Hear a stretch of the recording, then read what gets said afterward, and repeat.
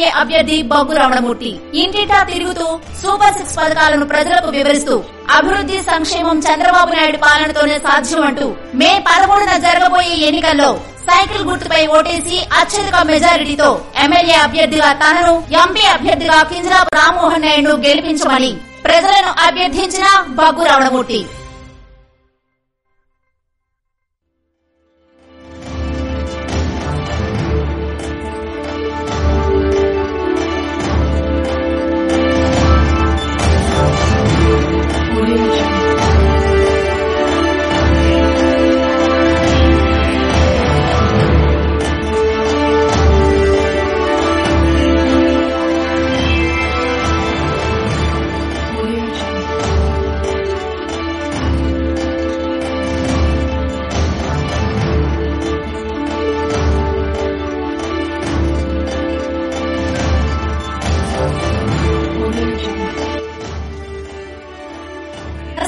నియోజకవర్గం సారవకోట మండలం నవతల గ్రామంలో ఎన్నికల ప్రచారం నిర్వహించిన ఉమ్మడి కూటమి ఎమ్మెల్యే అభ్యర్థి బొగ్గు రమణమూర్తి ఇంటింటా తిరుగుతూ సూపర్ 6 పథకాలను ప్రజలకు వివరిస్తూ అభివృద్ధి సంక్షేమం చంద్రబాబు నాయుడు పాలనతోనే సాధ్యం అంటూ మే 13న జరగబోయే ఎన్నికల్లో సైకిల్ గుర్తుపై ఓటేసి అత్యధిక మెజారిటీతో ఎమ్మెల్యే అభ్యర్థిగా తనను, ఎంపీ అభ్యర్థిగా కింజరాపు రామ్మోహన్ నాయుడును గెలిపించమని ప్రజలను అభ్యర్థించిన బొగ్గు రమణమూర్తి.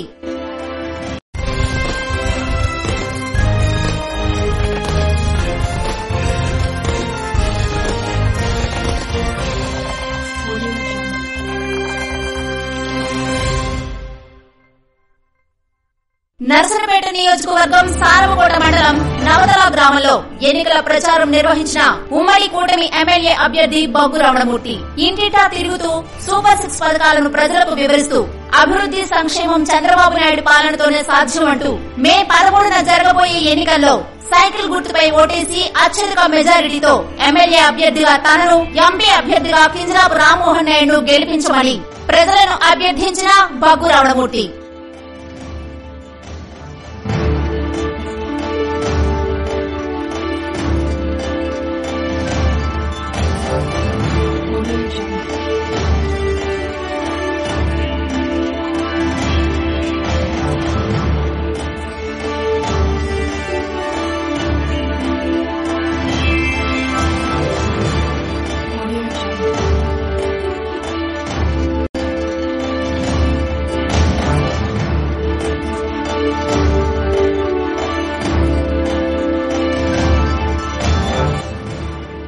నర్సనపేట నియోజకవర్గం సారవకోట మండలం నవతల గ్రామంలో ఎన్నికల ప్రచారం నిర్వహించిన ఉమ్మడి కూటమి ఎమ్మెల్యే అభ్యర్థి బొగ్గు రమణమూర్తి ఇంటింటా తిరుగుతూ సూపర్ 6 పథకాలను ప్రజలకు వివరిస్తూ అభివృద్ధి సంక్షేమం చంద్రబాబు నాయుడు పాలనతోనే సాధ్యం అంటూ మే 13న జరగబోయే ఎన్నికల్లో సైకిల్ గుర్తుపై ఓటేసి అత్యధిక మెజారిటీతో ఎమ్మెల్యే అభ్యర్థిగా తనను, ఎంపీ అభ్యర్థిగా కింజరాపు రామ్మోహన్ నాయుడును గెలిపించమని ప్రజలను అభ్యర్థించిన బొగ్గు రమణమూర్తి.